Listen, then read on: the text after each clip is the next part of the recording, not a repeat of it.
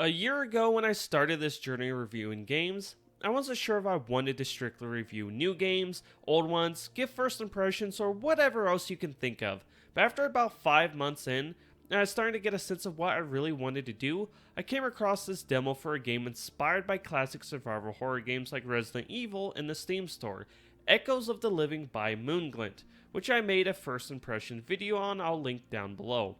But at that time, it felt like a rough draft. You could tell a lot of work needed to still be done, but what was there was very promising, and I honestly had a blast playing it.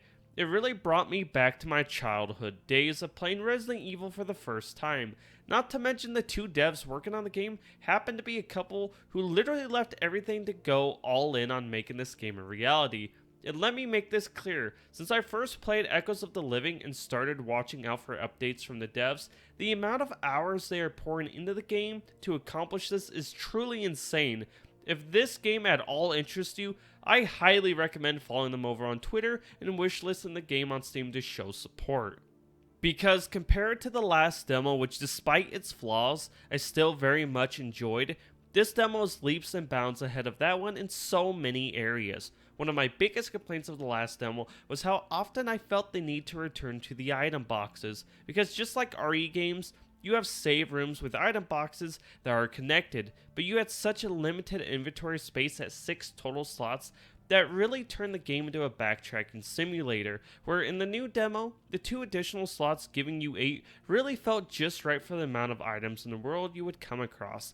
Now, I'm not saying 6 total slots like in the last demo can't work, but you need certain mechanics to accompany a smaller inventory if you're going to have this many items in the world, which are mechanics I really would like to see in the final release of the game anyways, like the ability to use items on pickup. So if you're low on health and you come across a green sapling which is used to heal, you can use it on the spot even if your inventory is full. This gives the dynamic to the player where it can allow them to survive that next hit if they only have 1 hit remaining, but are sacrificing the ability to potentially combine that green sapling with a red one for a full heal. Which, speaking of healing, there is no need for that if you're not fighting monsters. And let me say, they added in something I wish the older Resident Evil games had, because I didn't realize it would be this much fun. That, my friends, is melee weapons. From a giant pipe to a baseball bat, it's so satisfying smashing zombie heads.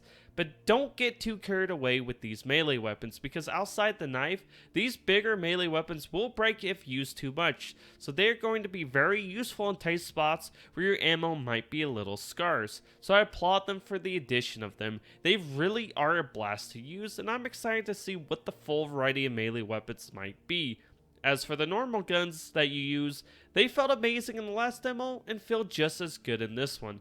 Definitely when you're blowing off zombie heads 3 at a time with a double barrel shotgun. So zero complaints on the weapons, they're just simply fun to use.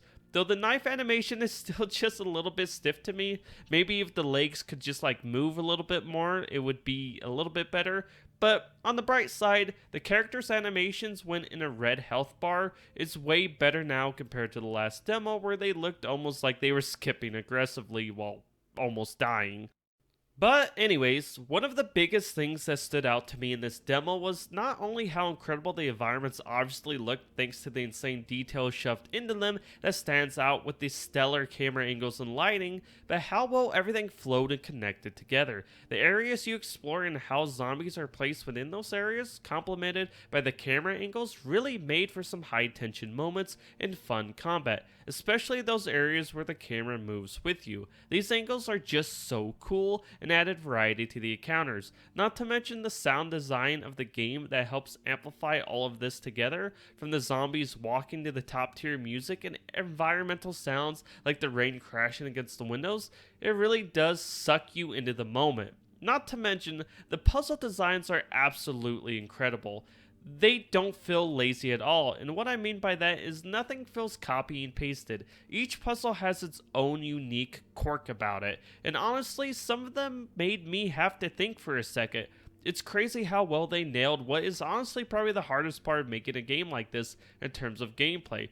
zombies, spiders, and so on, it's easy to get the enemies right, but making the locations, puzzles, and everything in between work with those enemies is what is truly the challenging part, and I hope the full game carries this quality from start to finish, though I really do hope that they have some kind of enemy that is truly unique to their game and doesn't feel like something we have seen before in past survival horror games.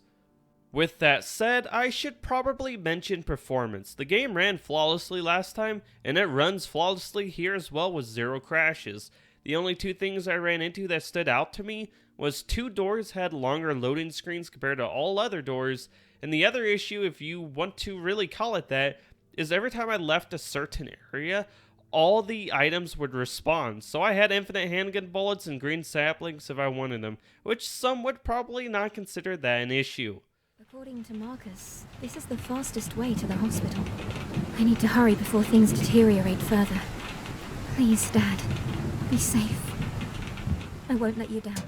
Now, just like the last demo, you have 2 characters to choose from, Liam Oakwood and Laurel Reeves. They generally explore the same places in the demo, but have a few differences I won't spoil in not only the areas they visit, but the items they get as well, though I will say they have voice actors now that sound pretty good.